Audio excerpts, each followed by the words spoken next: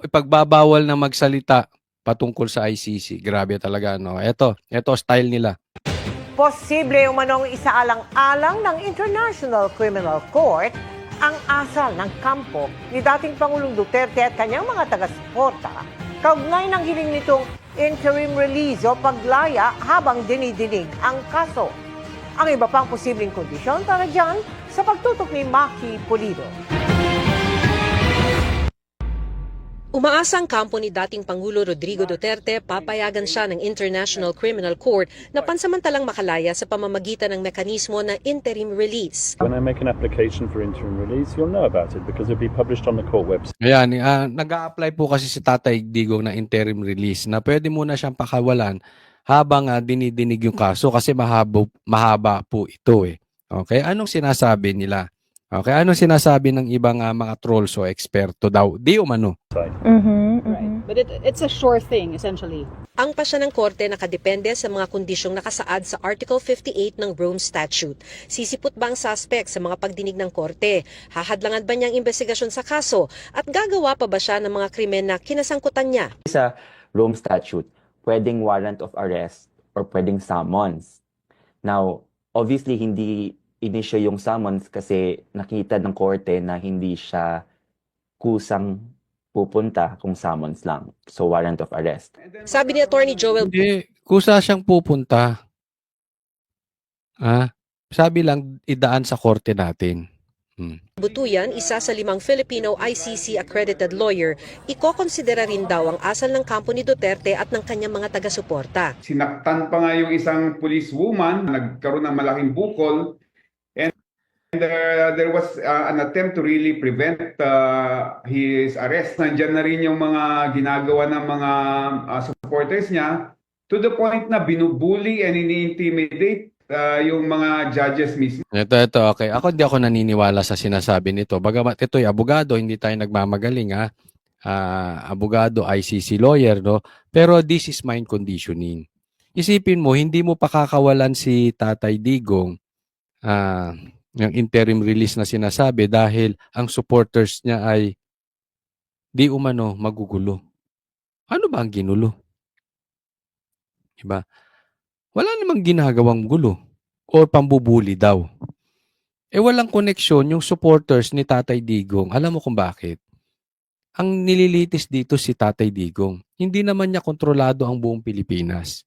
Pangalawa, natural, maglalabas ng sama ng loob. Nauunawaan ko sila. Masama ang loob nila dito sa ICC. Hindi lang naman Pilipino ang masama ang loob sa ICC, even the Americans, even the Chinese, at maraming bansa pagalit talaga dito sa ICC. No? Hindi po pwedeng sasabihin nito, ang gusto kasi nitong mama na ito sa aking palagay, sa aking opinion, ay gusto niyang manahimik tayong mga Duterte supporters. Bakit? Ayaw nila itong mga trolls. Hindi ito si attorney, marami. Yan ang kanilang spin.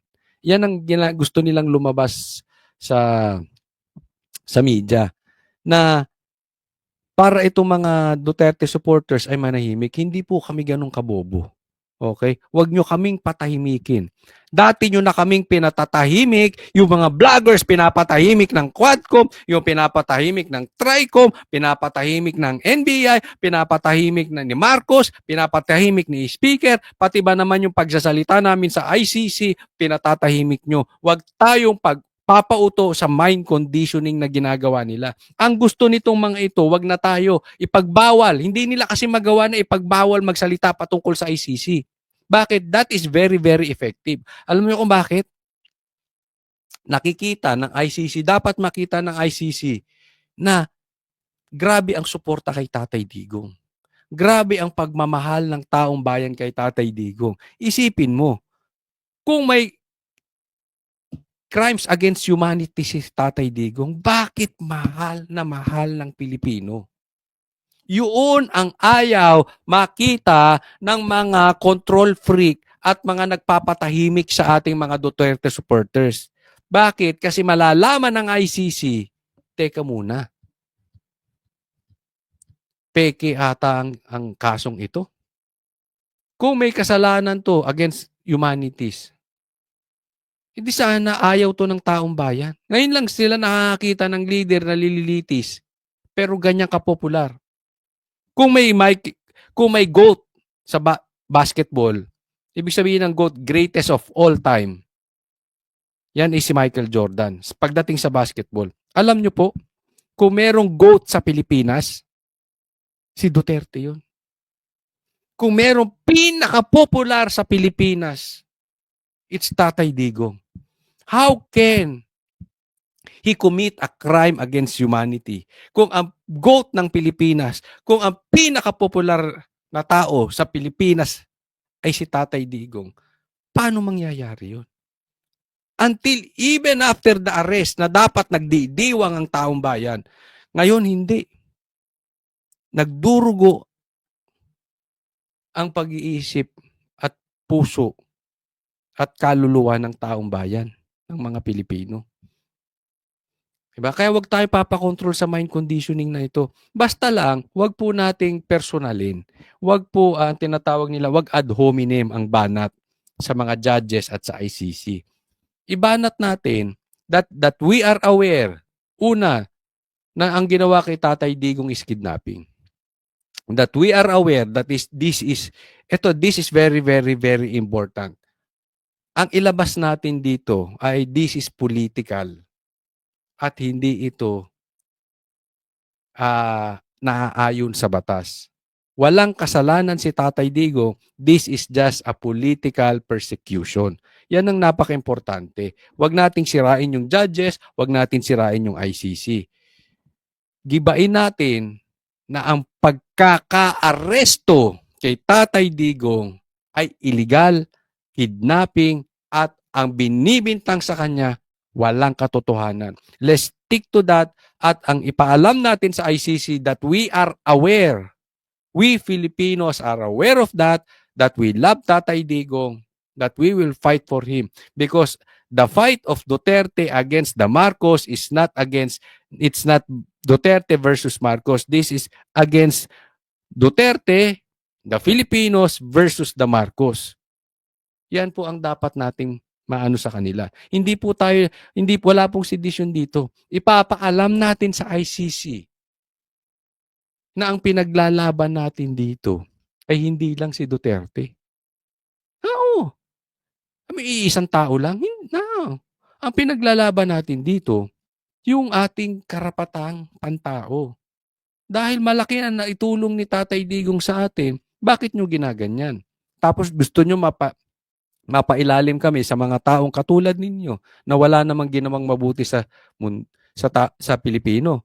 Oh. So, anong kakalagyan ng Pilipinas niyan? Wala. 'Di ba? So, wag tayong papayag sa ganito. Okay? This is again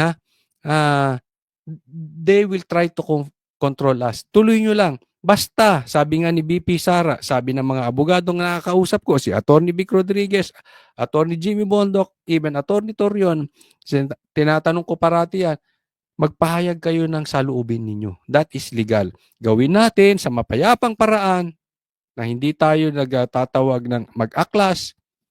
Sigaw nyo yung hinaing ninyo. Isigaw ninyo ang alam ninyo na katotohanan sa ICC.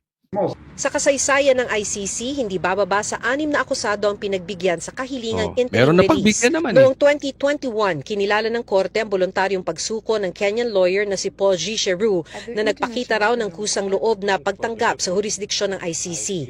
Mababa rin daw ang parusa sa kaso niyang panunuhol sa mga testigo. Ang dating Congolese rebel leader na si Jean-Pierre Bemba Gombo, pinalaya rin noong 2018 matapos mapawalang sala sa kasong war crimes at crimes against humanity. At naisilbi na rin niya noon ang lampas 80% ng sentensya para sa hiwalay na kasong offenses against the administration. Alam mo, ito lang, pasimplihin natin